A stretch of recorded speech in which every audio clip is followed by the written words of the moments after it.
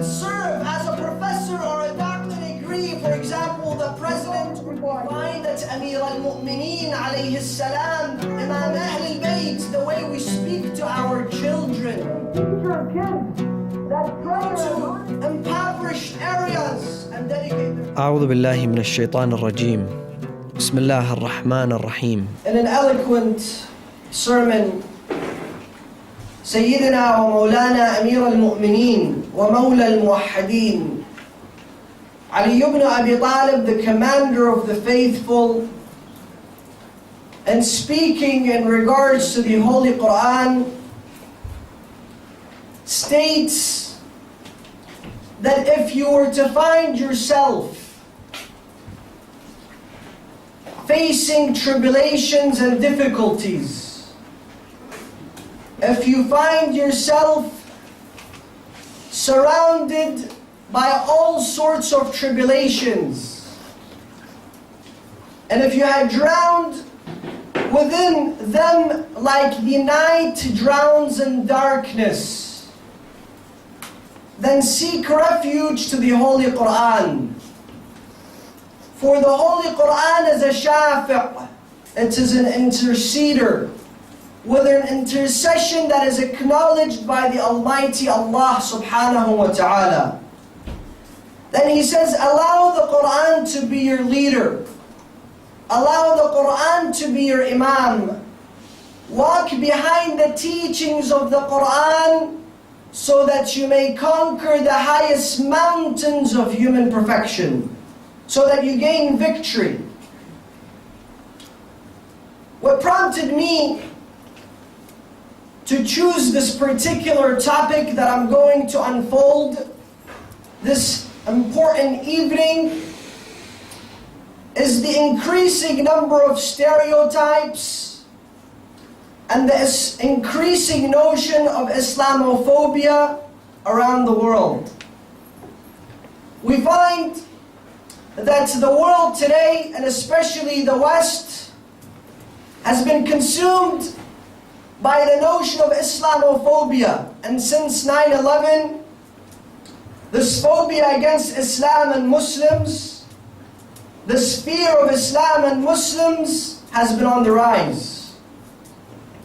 I recall when President Barack Obama was running for office, there were many people who said that Barack Obama is a Muslim, therefore he should not run as a candidate for the White House.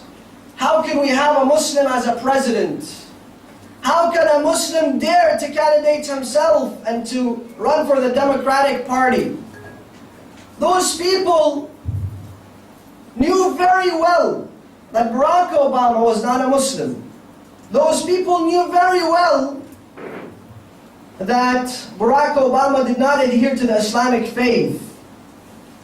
Their intentions were for himself, the president, his campaign managers, his staffers, and the entire Democratic Party to repeatedly and continuously separate Barack Obama from Islam. Barack is not a Muslim. He was never a Muslim. He does not practice or adhere to the Islamic faith.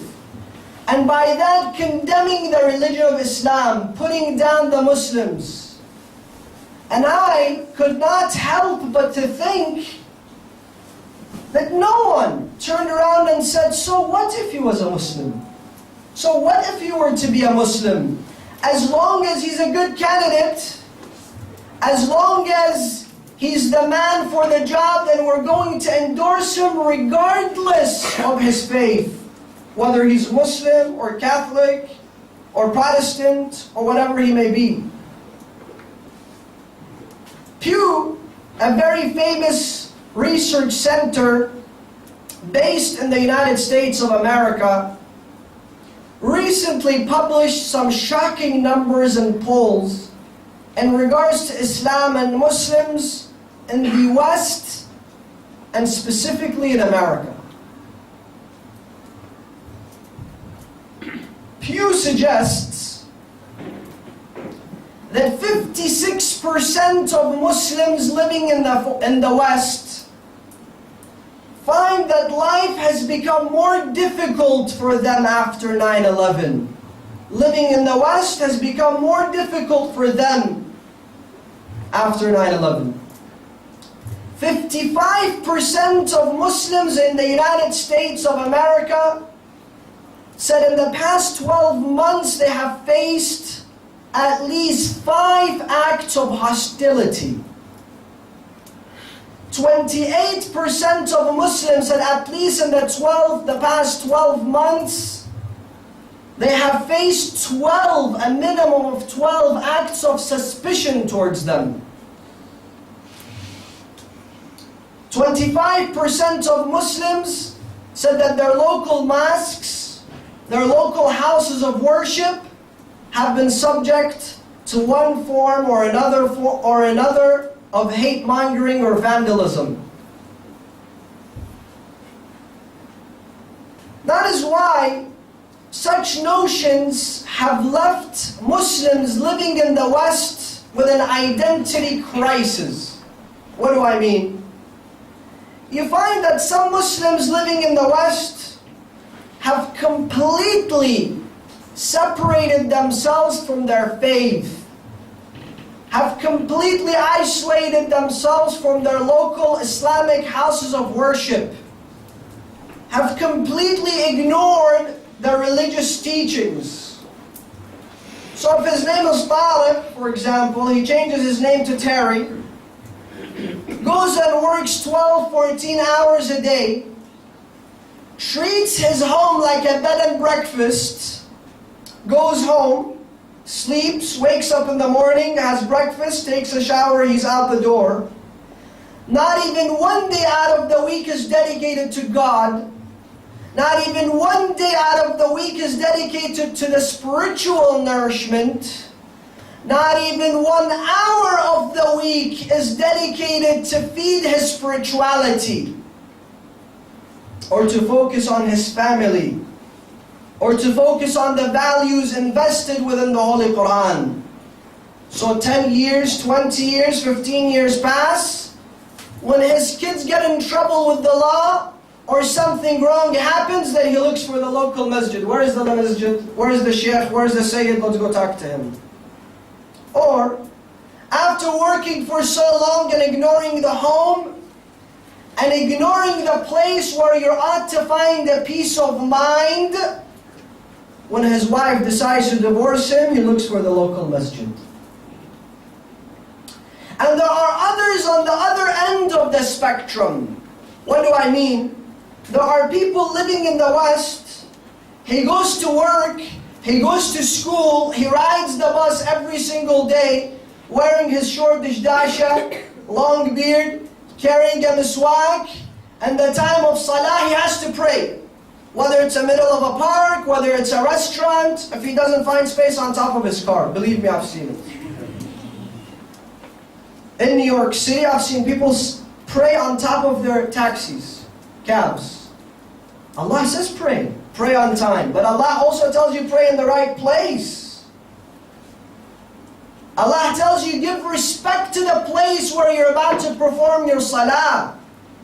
Don't make a mockery out of Islam.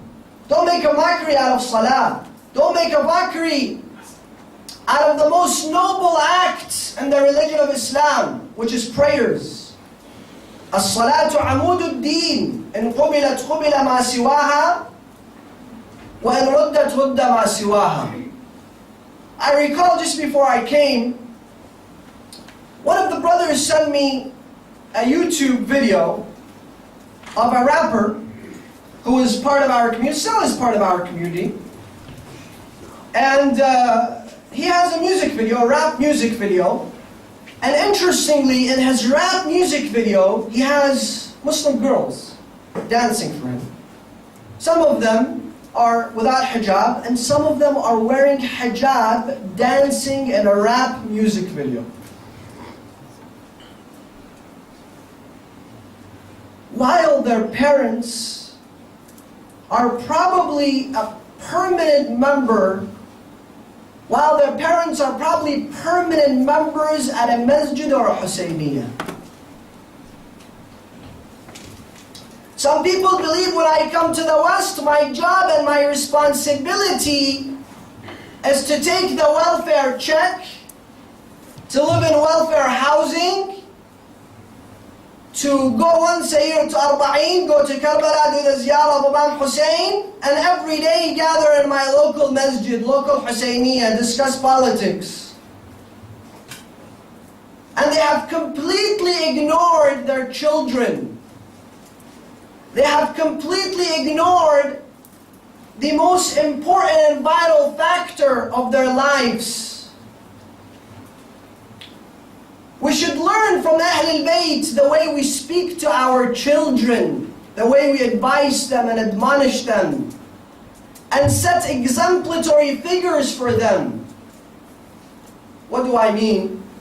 Amir al-Mu'mineen wa Mawla al-Muwahhideen Ali ibn Abi Talib looks at his son Imam al-Hasan, and he says to him, Bunayya Hasan, oh my son Hasan, wajadtuka ba'dhi, I find you to be a part of me. وَجَدْتُكَ بَعْضِي. Then he says, لَا وَاللَّهِ بَلْ وَجَدْتُكَ كُلِّي. No, I see you as all of my existence, all of my heart. حَتَّى إِذَا شَيْئًا أَصَابَكَ أَصَابَنِي. If I see that you face any sort of difficulty, I share those moments of difficulty with you. It's not just enough for you to tell your son or your daughter, Papa, I love you once a week and that's it. This I love you is meaningless. Especially some people, they're used to it on the phone. I love you. What is this I love you? This means nothing. Love is when you spend time with your children. You spend quality time with them, not just time. And you don't condemn them. There are parents who do not use words of affirmation with their children, words of inspiration with their children. We find that Amir al-Mu'mineen alayhi salam, Imam al-Hussein speaking to Ali al-Akbar, Amir al-Mu'mineen speaking to his children, he inspires them, he motivates them. When Imam al-Hussein looks at Ali al-Akbar and he is about to leave, he says, oh my son, life will become ugly after you. Life will become disliked without you. You're everything that I have. If you take your son to a basketball game, if he keeps telling you, Baba, attend my game, attend this match, come and watch me play. So you go once a month, once a week, you spend an hour of your time watching your son play, even if he's not good. Tell him, Baba, you're so good. I think you have a future in this. You're the best player. Inspire him so that when he grows up, he has self-esteem. He can stand on his own feet. He's not afraid of society. He doesn't consider himself as a mockery and a failure. But what do? Baba, I'm not bringing you again. Why, Baba? Because you're just wasting my time and your time. Why? You really think you can play basketball? You really think you can play baseball? You really think that you're good at this? What's the future of this sport, Baba? You should go become a doctor. You're never going to become a professional basketball player. He's only 10. He's only 12. Today, if he thinks he's going to become the next Michael Jordan, it's okay. Let him live his dreams. This separation between the parents and their children has played an enormous role in this identity crisis. And that is why tonight, I would like to specifically shed light on this topic in the following manner. Number one, when it comes to our identity as Muslims living in the West, we will review the opinion of Muslims living in Muslim countries in the Middle East in regards to Muslims in the West. Number two, we will look at the interactions of Muslims. How are we ought to act with other non-Muslims in the West. Number three, we will examine Muslims living in the West. At the fourth stage, we will examine Western Muslims. And fifth, what is our responsibility and role as individuals living in the Western society? وَصَلُّوا عَلَى مُحَمَّدٍ وَآلِ مُحَمَّدٍ.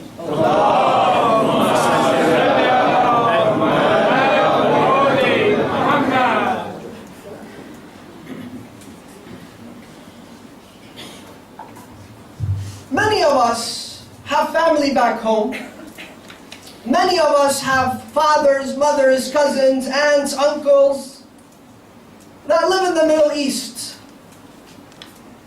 So I, as an American, when I tell them I'm an American Muslim, or if I'm British, I tell them I'm a British Muslim, or you tell them I'm a Kiwi Muslim.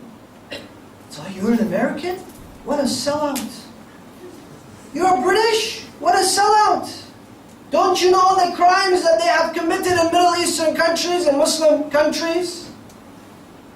So that makes me think twice before I call myself an American Muslim, a British Muslim, a Kiwi Muslim. I shy away from even taking part of the society. I don't want the condemnation. I don't want to live with a taboo of having to be labeled هذا صار أمريكي. But let me tell you something. First of all, we live in a completely different environment. We live in a completely different society. We have a completely different responsibility. Our calling is completely different than them. They look at the West differently than we do. They only focus at the Western foreign policy. And by me being an American Muslim, I don't have to agree with the American foreign policy. That's not required of me. Neither it is belittled or looked down upon if I, as an American Muslim, critique the American foreign policy. It's not required of me to come and agree, for example, the President or the Congress 100%. No. Second of all, more importantly, we have different challenges. We face different laws.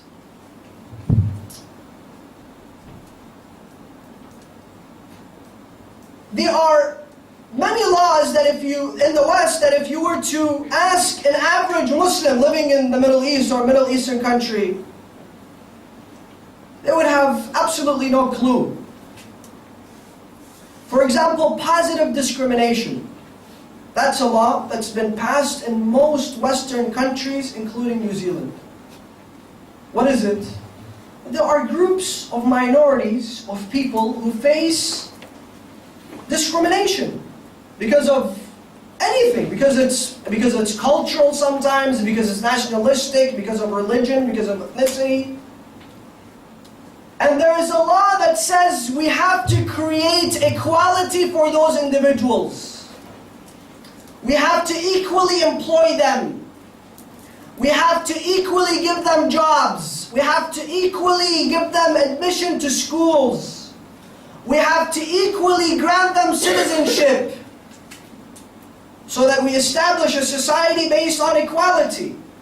Some of you may have come here 10 years ago. Some of you 15 years ago. Some of you 10 years ago, 5 years ago, but now you're all part of this society. Every time you get in and out of this country, what do they tell you? Welcome home. Where were you? You say, I went to Iraq. That's where you were born. You went to Pakistan. That's where you were born. You went to Afghanistan. That's where you were born. When you come home, they don't say, oh, how was home? Did you have fun? They say, no. Welcome home. This is your home. You have adopted this land as your country as your home, many of you, if not every single one of you, will live your whole life here and probably die here as well.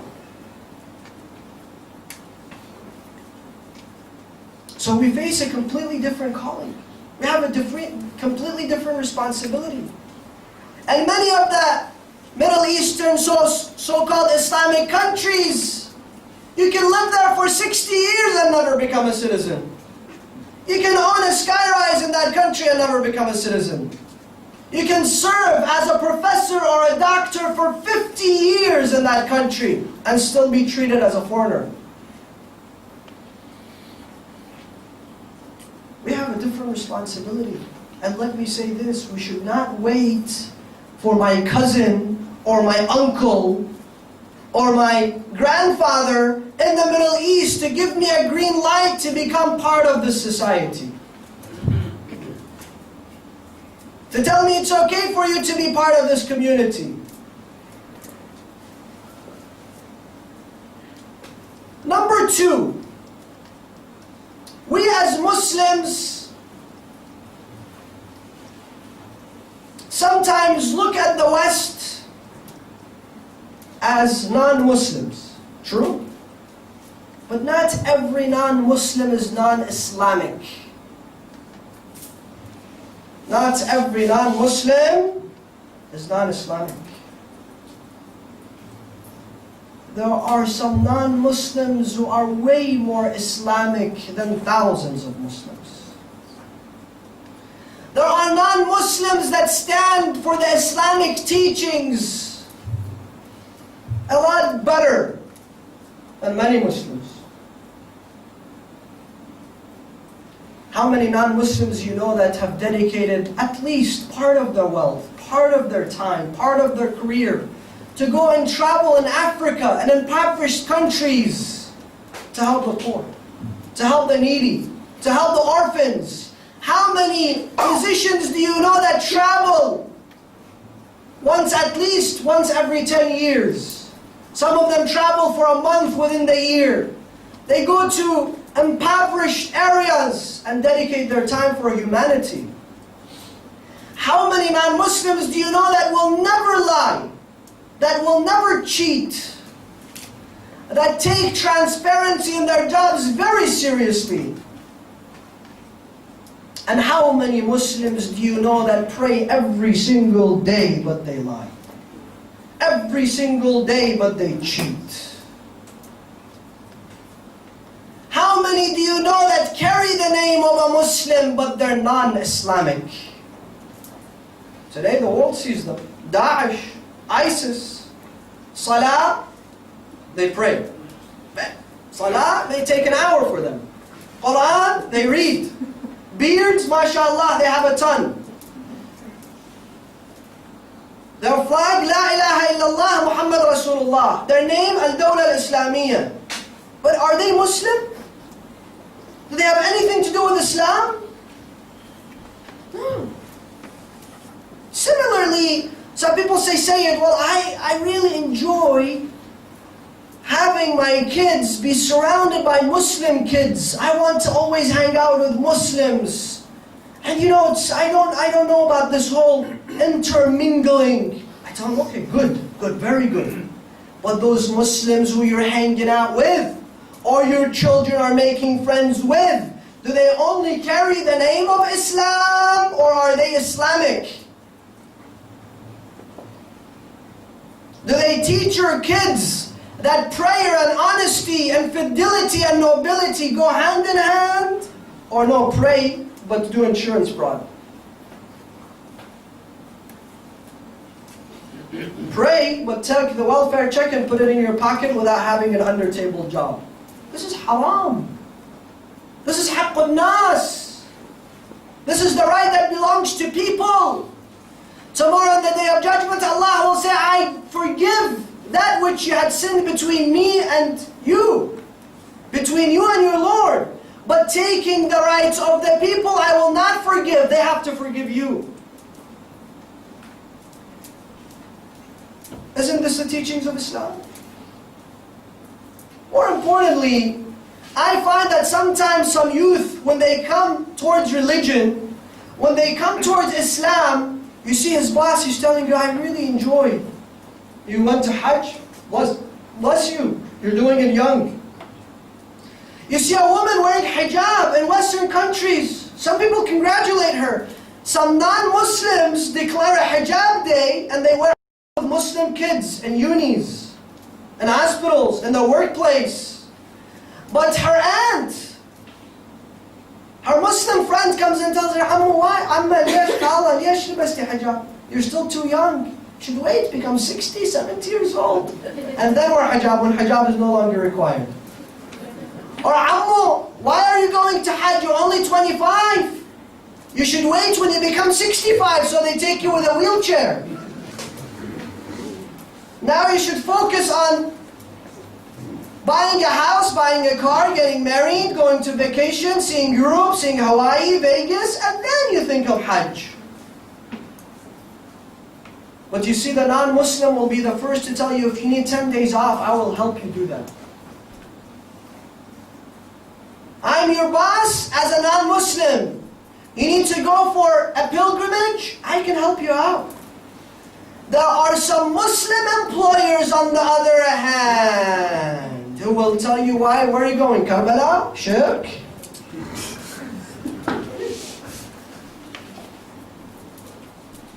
There are people in Muslim countries, when they go to Karbala to visit Imam Hussein, they have to get their passport stamped in another separate paper. Because as soon as the passport is stamped with Iraq, they sack him out of his job.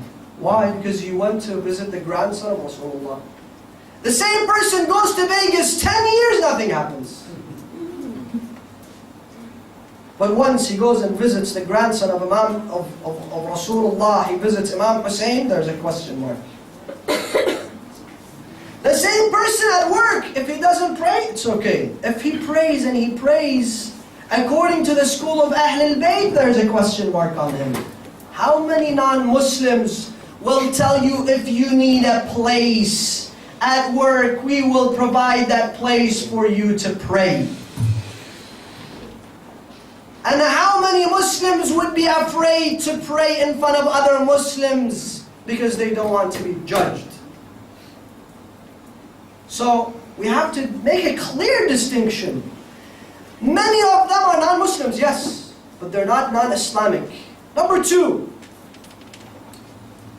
there are others who will look at Islam, and because of the stereotypes, because of the propaganda against Islam, will dislike you as Muslims, will dislike Islam.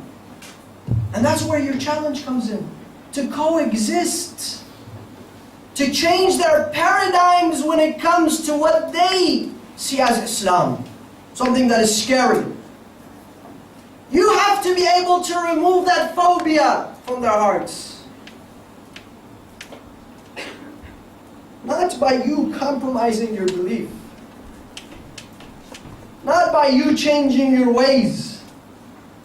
You stay who you are and try to convince him otherwise.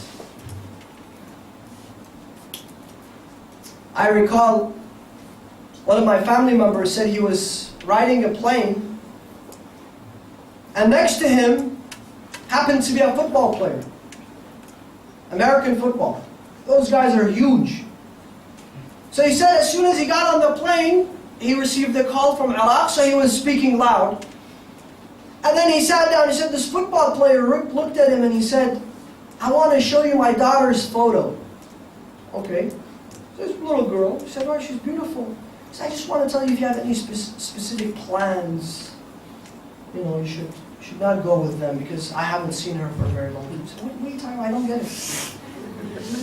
And then he realized, oh my God, this person's probably thinking I'm going to hijack the plane. I personally had a lecture somewhere, well, Houston, Texas, and I was leaving back to California, so I went from the lecture straight to the airport, and it was on 9/11. So I sat next to a person, he looked at me and he said, welcome to America, the land of Christianity. I ignored him. I said, you know, this guy, ignore him. He kept going. I said, listen, first of all, you don't have to speak like that. I can understand every word that comes out of your mouth. Second of all, America is not the land of Christianity. It's the land of tolerance. It's the land of coexistence. It's the land of religious freedom. So he said, yeah, but you Muslims did this. I said, okay. Where's the problem? Let's talk about it. He said, Quran. Yeah, your Quran is scary, this, that. I said, okay, give me the verses. Let's talk about them. So he gave me a couple of verses, and we talked about them. Then I told him, do you have a Bible? He said, yes, I do. I'm a pastor. I said, okay, can you grab your Bible? He said, yeah, sure. So I started giving him quotes. Deuteronomy chapter 12, verse number 1, Deuteronomy 17:1. He kept opening them. I said, why don't you read them? He said, no, well, I can explain those verses. I said, I can also explain my Quran. I also have a perspective. What gives you the right over me?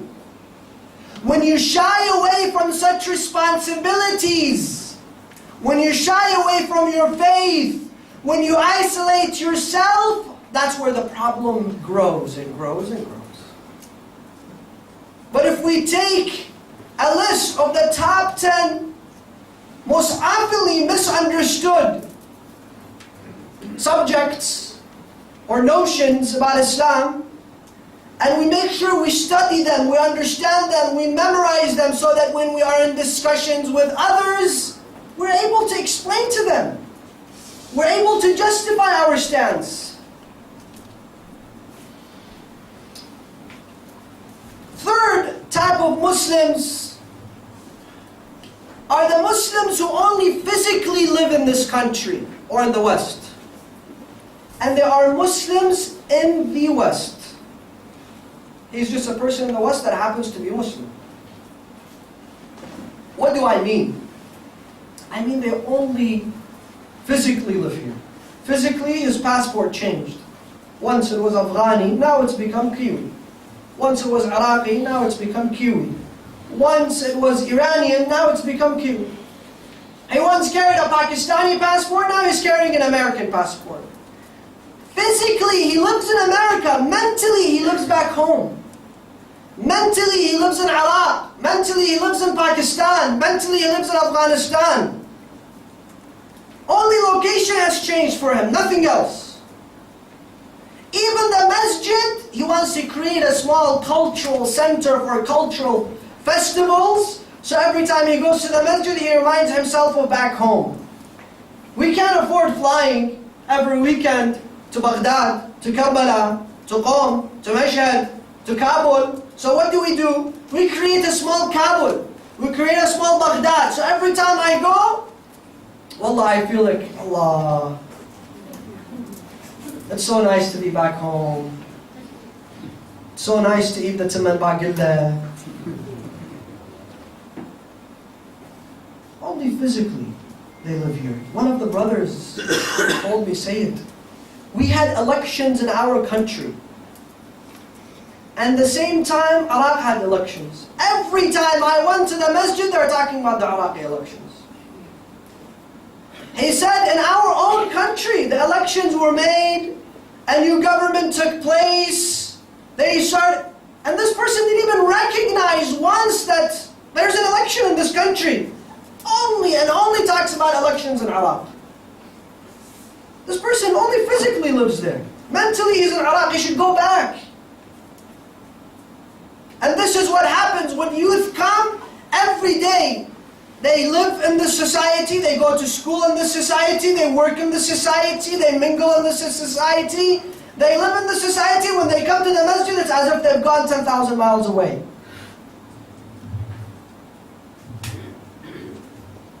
And that's a big problem, especially in our masjids, in our houses of worship.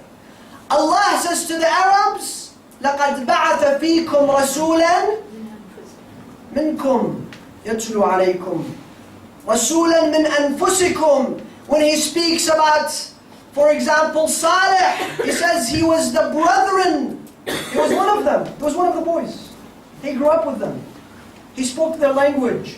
He knew everything about their culture. So they accepted him. They welcomed him. They wanted him. There wasn't wasn't a culture clash when Rasulullah spoke.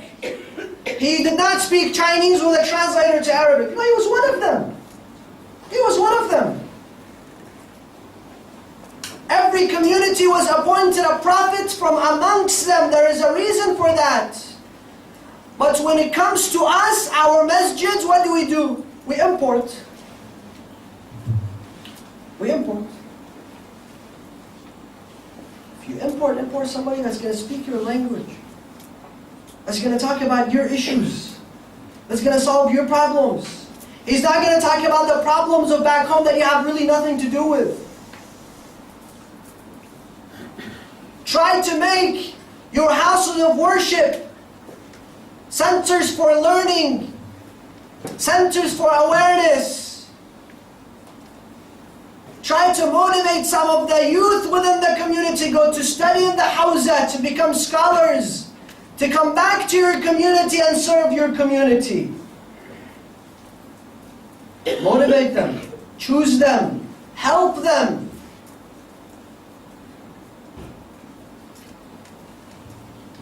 Number 4, I want to talk about Muslims in the West that have adopted their countries as their land. They had found, I came from Iraq, 16 members of my family were killed. I've come from Afghanistan, Taliban murdered us. I ran away to have a better living. I came here, my children went to school. I came here, I received health care. I came here, I found respect. I came here, I found tolerance. I want this to be my country. I'm not ashamed to declare that. I'm not ashamed to own that. I want to be an American Muslim. I want to be a British Muslim. I want to be a Kiwi Muslim. I don't see anything wrong with that. I want to put the American flag in my masjid. I want to put the Kiwi flag in my masjid. I don't see anything wrong with that. Now you might tell me, Sayyid, but you know all the problems in the West. You want us to just completely become westernized? There's a difference. I agree that within the West, there are teachings that are completely dangerous to family values, to morality, to ethics. The youth, what do they look for? MTV. MTV shows them Justin Bieber. Every day he's getting arrested. MTV shows them to demean and to belittle women. Woman becomes a piece of entertainment. It teaches them that you have to become rich by any means necessary. Yeah, I agree. And some Western nations, 60% of children were born out of wedlock. 60%. I don't want to talk about God and marriage and church and masjid. But those 60% of the kids, when they grow up, they're not going to have a dad. Who's my dad? I don't know. What happened to him? I've never seen him. So what happened, Mom? Try to explain that to a kid. He's going to feel a gap within him. A lot of those children end up seeking a place somewhere else to justify their existence in gangs, behind bars, in crime. And they look at people that are in similar condition that they had as their role models. And there are plenty of them, plenty of rappers, plenty of gangsters that come from the hood, that can be the role models for them. So yeah, I agree, that's dangerous. I also agree, say, what about, this kid, he comes 12th grade, he says, I want to go to the prom. I want to go to the 12th year party, graduation party. There's drinking, there's drugs, there's all sorts of, I agree. So Sayyid, what do? Do we let them become Western? Yes. What's the solution? You tell them, look, there is no way that you can convince them they're not Kiwis. They're not Americans. They're not British. They're not Western. There's no way you can do that. But you can choose a path within the West that is suitable for them, that is compatible with Islam. The West is not all about, gangsters and rap and rock stars and... No, it's not about that. Tell him instead of becoming the next 50 Cent or Britney Spears, become the next Bill Gates. Become the next dean of your school. Become the next ambassador of peace in the United Nations. That's also part of the West. Don't try to fight their identity. And we have to understand one thing, brothers and sisters. Rasulullah sallallahu alayhi wa alihi wa sallam,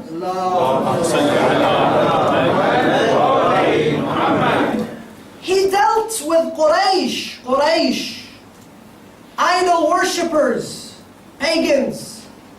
If you think that there's indecency today, go look at the West. Go look at Arabia 1,400 years ago.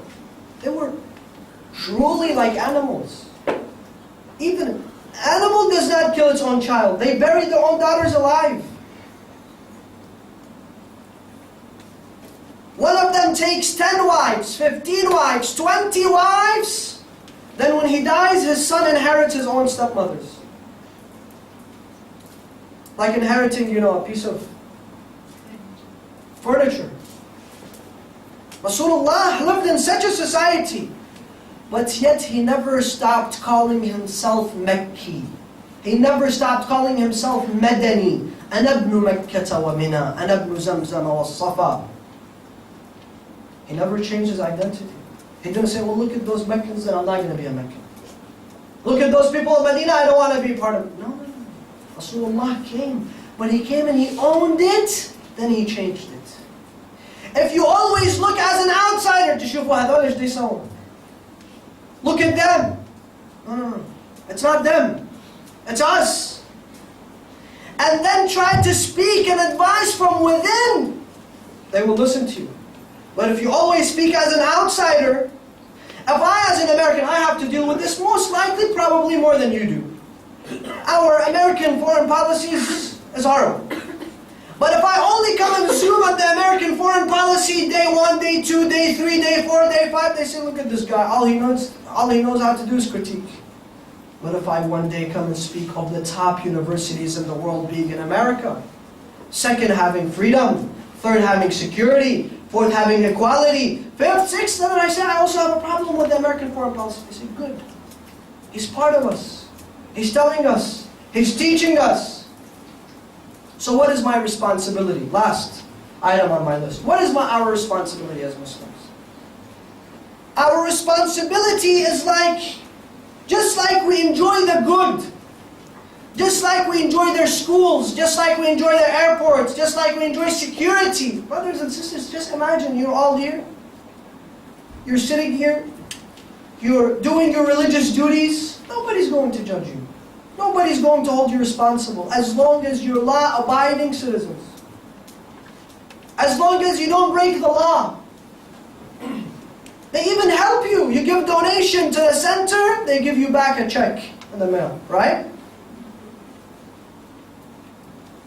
So just like you own the good, just like you take the good, you enjoy the good, take responsibility in fixing the wrong.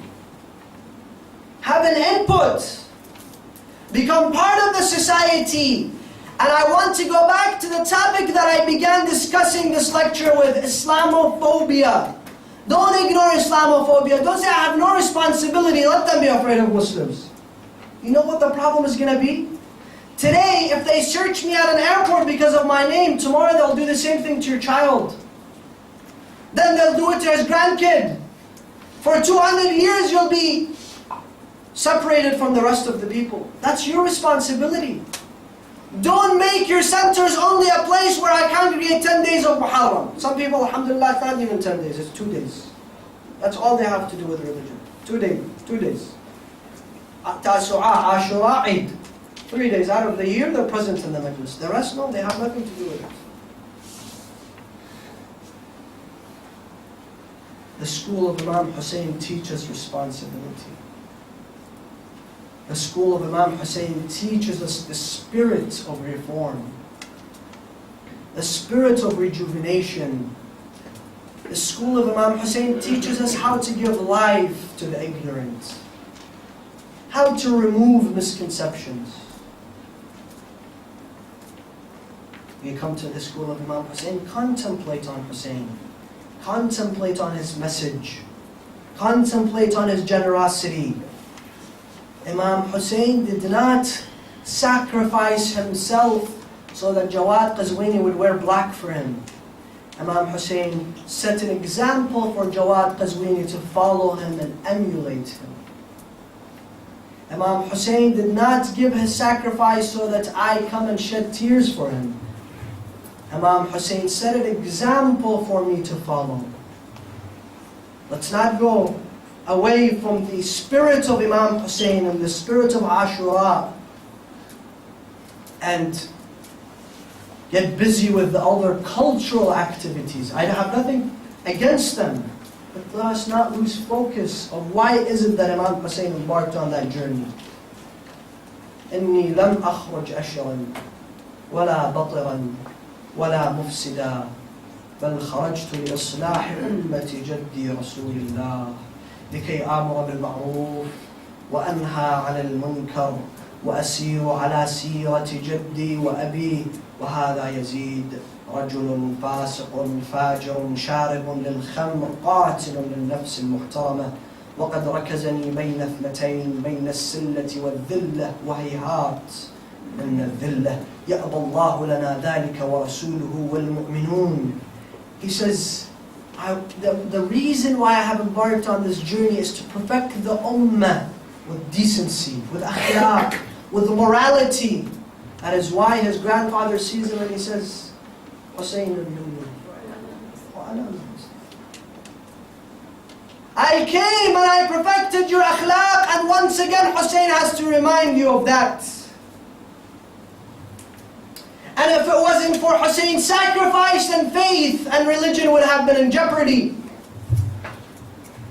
And Imam Hussein was surrounded by noblemen, superstars.